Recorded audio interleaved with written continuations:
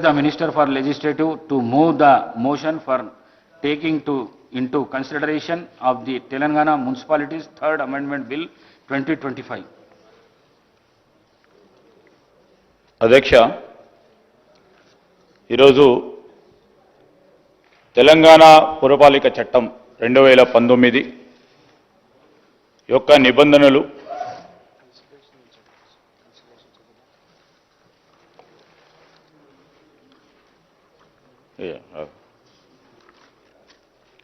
Sorry, Adyaksha. Honorable Speaker, sir, I beg to move for taking into consideration of the Telangana Municipalities Third Amendment Bill. Motion moved. Now, discussion on consideration of the bill.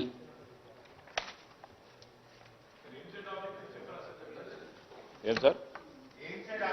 అదే చెప్తాను sir, consideration తీసుకున్నాక అయ్యాను. అధ్యక్ష, ఈరోజు తెలంగాణ పురపాలిక చట్టం 2019 యొక్క నిబంధనలు, ఎన్నుకోనబడ సభ్యులు, చైర్పర్సన్లు మరియు హైదరాబాద్ మహానగర పురపాలక కార్పొరేషన్ మేయర్తో పాటు సహ మేయర్ పదవుల్లో షెడ్యూల్ కులాలు, షెడ్యూల్ జాతులు మరియు వెనుకబడిన తరగతుల సీట్లను ప్రత్యేకించుటకు, అట్టి సీట్లలో 3వ వంతు మహిళలకు ప్రత్యేకించుటకు పొందుపరచబడిన అధ్యక్ష. షెడ్యూల్ కులములకు మరియు షెడ్యూల్ జాతులకు రిజర్వేషన్లు వారి సంబంధిత జనాభా నిష్పత్తికి అనుగుణంగా, వెనుకబడిన తరగతులకు రిజర్వేషన్ల మొత్తం శాతం పట్టణ స్థానిక సంస్థల్లోని మొత్తం సంఖ్యలో 50% మించరాదని షరతులకు లోబడి ఉంది అధ్యక్ష.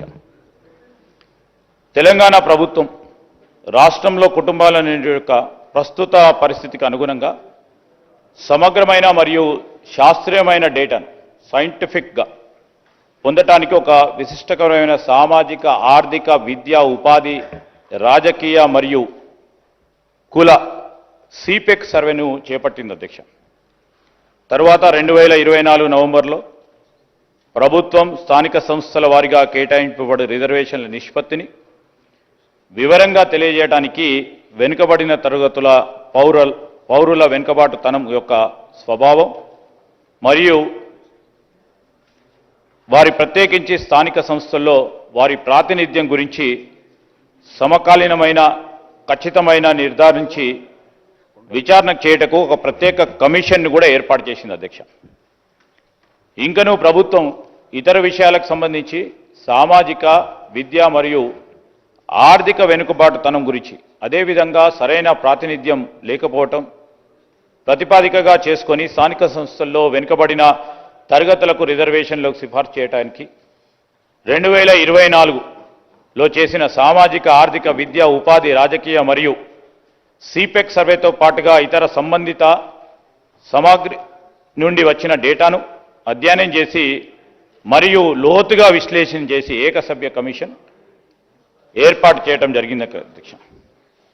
మరి కమిషన్ నిర్ధారిత పూర్వకమైన సాక్ష్యం విశ్లేషిస్తూ రాష్ట్రంలోని మొత్తం సామాజిక, ఆర్థిక పరిస్థితుల్లో పోలిస్తే వెనుకబడిన తరగతుల వెనుకబాటుతనం ఇంకా కొనసాగుతుందని తెలుపుతూ తన నివేదికను 2025 మార్చిలో సమర్పించింది. తన అనుగుణంగా కమిషన్ వెనుకబడిన తరగతులకు విద్య, ఉపాధి మరియు ప్రత్యేకించి స్థానిక సంస్థల్లో రాజకీయ ప్రాతినిధ్యం గురించి 42% రిజర్వేషన్కు సిఫార్సు చేసింది అధ్యక్ష. ప్రభుత్వం పై పేర్కొన్న నివేదికను మరియు సిఫార్సులను వెనుకబడిన తరగతుల పౌరుల జనాభాను దృష్టిలో ఉంచుకొని మరియు వారి జనాభా నిష్పత్తికి అనుగుణంగా సరైన ప్రాతినిధ్యం లేకపోవటం, వాటినన్నింటిని కూడా జాగ్రత్తగా పరిశీలించిన తర్వాత స్థానిక సంస్థల్లో ప్రస్తుతం ఉన్న రిజర్వేషన్లను వాటి స్థాయిని పెంచడానికి అవసరమని ప్రభుత్వం నిర్ణయించింది అధ్యక్ష. భారత రాజ్యాంగంలోని ఆర్టికల్ 243వ యొక్క క్లాస్ 6 ప్రభుత్వానికి వెనుకబడిన తరగతుల పౌరులకు అనుకూలంగా ఏదైనా పురపాలికలో ఏవైనా సీట్లు లేక పురపాలికలలో చైర్పర్సన్లు పదవులు ప్రత్యేకించి నిబంధనలు చేయడానికి వీలు సంకల్పిస్తోంది అధ్యక్ష. పై తెలిపిన లక్ష్యాన్ని ముందుకు తీసుకెళ్లడానికి ప్రభుత్వం తెలంగాణ పురపాలికల చట్టం 2019ని తగు విధంగా సవరించుటకి నిర్ణయించింది అధ్యక్ష. ప్రతిపాదిక సవరణ వెనుకబడిన తరగతులకు అనుగుణంగా పట్టణ స్థానిక సంస్థలైన పురపాలికల్లో ఎన్నుకోబడ్డ సభ్యులు, చైర్పర్సన్లు మరియు పురపాలక కార్పొరేషన్లోని మేయర్ సీట్ల రిజర్వేషన్ల స్థాయిని సముచితంగా కల్పించడానికి రాష్ట్ర ప్రభుత్వం వీలు కల్పిస్తూ ఈ బిల్లుపై నిర్ణయం విషయంలో అమలు చేయడానికి మరి ఉద్దేశించబడ్డది అధ్యక్ష.